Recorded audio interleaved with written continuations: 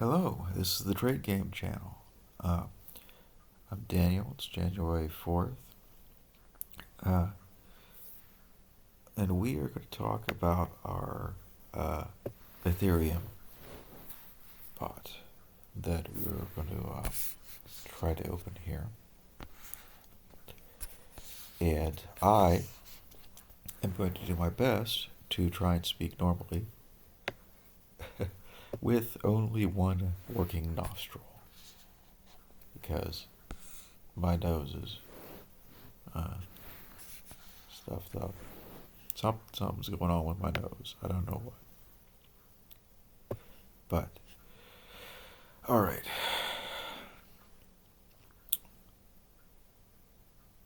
So we were going to start a bot on Ethereum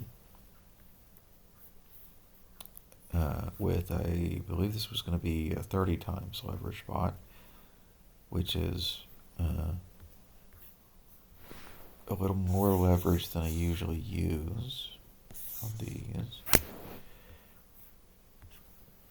but also I'm going to be using a smaller initial investment, so I'm not putting as much money into the bot, putting on really kind of only as much, just the bare minimum that I can put into the bot and have it actually function. There's a minimum amount that you have to put in, really, to these bots. So, you probably are hearing me tap and touch my screen a whole lot. Apologize for the noises from the touch screen, but that's just how I navigate in this software. It's much faster to do it with the touch screen. So, Ethereum, until I figure out a better way to show it to you. Ethereum on the 1 day,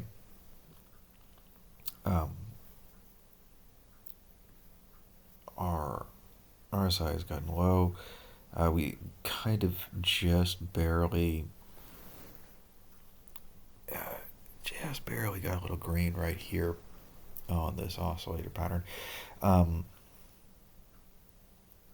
And if what we've been talking about is true in the macro sense of things, and Bitcoin has found its bottom for this correction relatively recently, and is maybe moving upwards, or at least is going to be doing another swing upwards, then we should be overall looking for a swing to the upside soon in these major big river points. But also, it's early January. We have an inauguration coming up of a political figure here in the States who's very pro-cryptocurrency, and that may influence the market here, just as the election did, and kind of other news stories tend to affect the market. All right. So, but this is a bot that's trading with 30 times leverage, so it's a higher leverage bot. Once it gets started, I'll have to change this display around, because the liquidation value will probably not be what it was predicted, or the predicted liquidation value that they give you when you are just putting numbers in to configure the bot. It gives you an estimated liquidation value, and that's probably just a really rough estimate, assuming the bot is trading all the way down. And so, yeah. So the estimated the liquidation value that I'll be displaying will probably come up much closer to the price action once the bot actually starts. And we just sort of have to hope that the price doesn't catastrophically tank take a bath and liquidate the bots all at once. Uh, uh, and that's why timing is sort of a thing with these higher leverage bots, right? You have to be more careful when you open them relative to the ones with lower leverage. Okay. Oh gosh. Right. So we're looking at a swing to the upside on the daily chart, and we just had uh, three bullish candles in a row, green candles. We're sort of due for a little bit of a correction, consolidation, I should say, a little consolidating move here on the 1 day chart. But we need to look at it a little more closely if we're going to be doing 30 times leverage. We need to look at a smaller time scale to see what's happening hour to hour with Ethereum. So we looked at this before, and I had believed, well, I had speculated that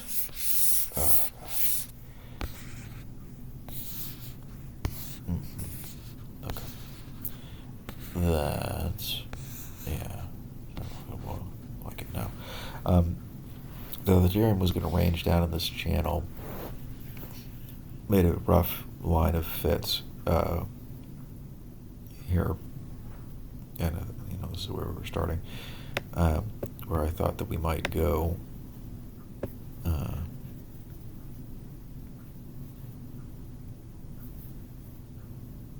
And based off of was this applied? No.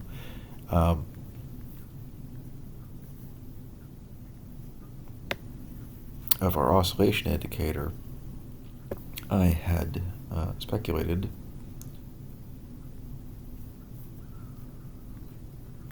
come on now, and here we go, cyclic lines. I had made an estimation. Hey, where's mine? That we were going to. Ooh, no. Yep. There we go. That we were going to reach the bottom of our next oscillator wave here, the red wave here. But what I had failed to do, so this is what happened here. This is very valuable to us to be, because a good thing happened here, which is that I made a mistake, but it looks like I think, well, I don't know. Here, let me see if I can put it this way. All right, so I made a mistake when I was using this method to try and estimate when the next wave was going to be, or the next dip was going to be on the oscillator and price action. And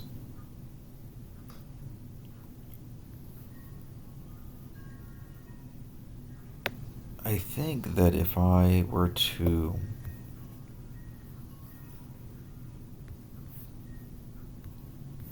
take the same approach, but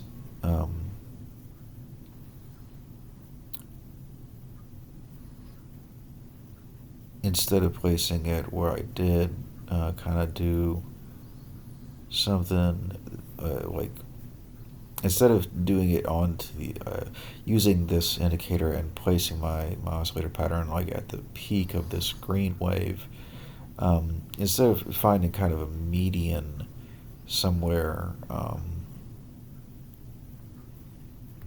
in this wave, to take into account the fact that this has a double outbreak. You see, uh, on the oscillator, you had an up and down pattern here that was like semi-regular, but when we had an interruption in the pattern, perhaps it was just Bitcoin suddenly pumping and kind of interrupting market, or some other event, perhaps. It doesn't really matter. It sort of interrupted the pattern, the oscillation pattern, a little bit, right? And so it kind of elongated this. So what I'm saying is that if I had kind of compensated for that a little bit and pulled this back to kind of closer to here in my estimations, this would have changed where I would have projected. Oh no, what? That's impossible. There's no way. Okay. Uh, so I probably would have, or there's a chance, rather, I would have uh, placed the entry line more like right here rather than where I did, which was down here, and it never got down to that, or somewhere around here.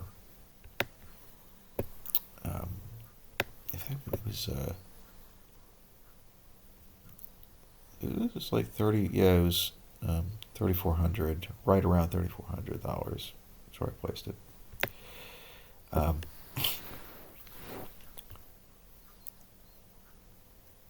So, what this tells us, or what this suggests to me, hopefully, is that the approach that I used to try and set this trigger, where it would catch somewhere reasonably close to bottom of this little correction, this part of the wave, was pretty reasonable. It was just that I made a mistake in interpreting where to set the these what I call cyclic lines. Yes, the cyclic lines overlay. Whoop whoop whoop. Yeah. All right. So now, say it's the same bot, but we have to figure out where to put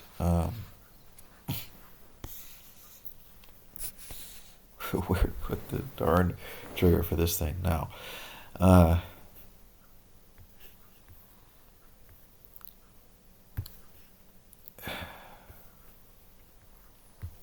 So, what do we know about current recent price action? We Bitcoin just had a trend to the upside, just had a pump, showing very bullish movement. Maybe maybe correcting down though for a day, or maybe two, or maybe just range, kind of correct down a little bit and range over the weekend. We're going into the weekend right now.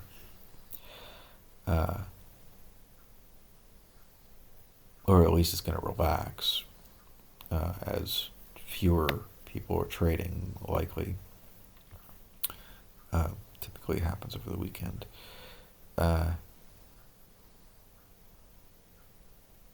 So the excitement's over, perhaps, in terms of Bitcoin and the macro market as a whole. So Ethereum did just pump, so it's kind of, but it hasn't really even come back down to challenge this 10 EMA right here. But it's due to. It should do that at some point. So we can kind of presume that it's going to have some bearish movement the next day or so. So if Ethereum is going to be going down in price, then we need to set ours below it, our trigger below it. And that being the case, you could set it. Where can we set it? Oh, goodness. Well, let's try using our method that we did before. Let's try to do a better job of setting it this time. Start here. And before, maybe I could just use like the gosh, because this was where I had, I don't know. Well, yeah, okay. Yeah, no, I'll just set it as if I had done this correctly. I will now set it up now. Driftwire. Now, what does that? What does that look like as a? Does that make any sense?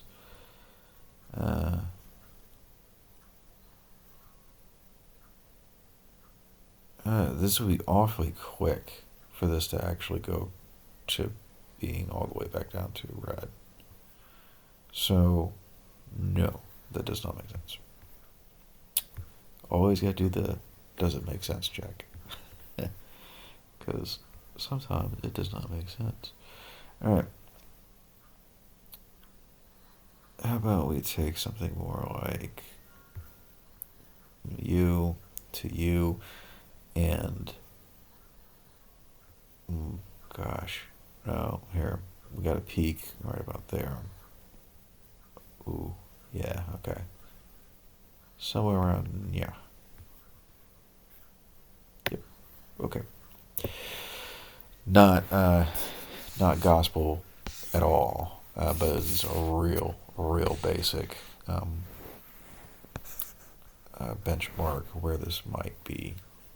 It's going to be somewhere in this neighborhood. We'll be going back to red. But it's not going to help too much. It's just giving us a point roughly in time that we would be looking at going, and in this case it would be right here. So since we're going to need to set this blue line to intersect this line at some point, we'll have to figure out if there is, oh look,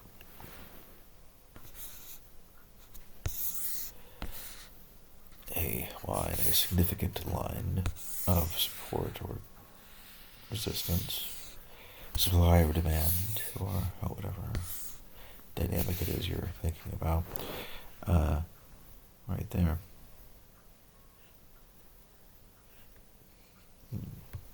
Okay. So there's that one. I wonder what our automated support and resistance will look like. Perhaps.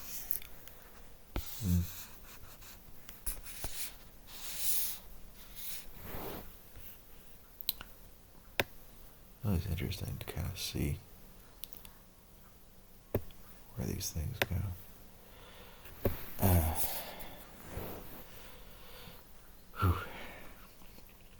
So the support and resistance channel, we would be kind of setting it right there. And I'm going to set it at the top because we're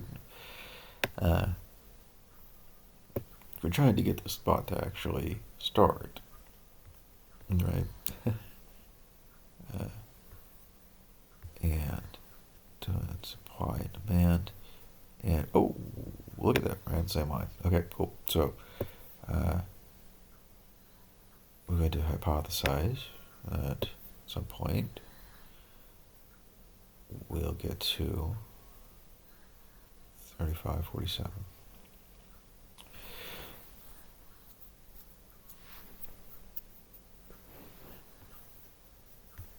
And it'll be interesting, I suppose, to see if that's correct or total nonsense. But only time will tell.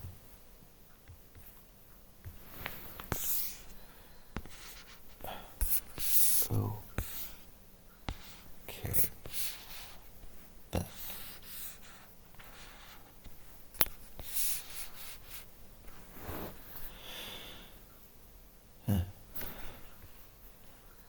Alright, so we'll set up the trigger for this Ethereum bot, and we'll see if this corrects down enough. Yeah, I feel like that's pretty reasonable amount to estimate it will.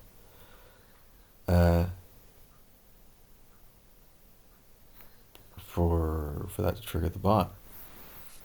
Yeah, so that's what we're looking at for Ethereum here, January 4th. Oh, goodness. It's very early in the morning here. Okay. Well, this is this is the TradeGame channel. I am Daniel.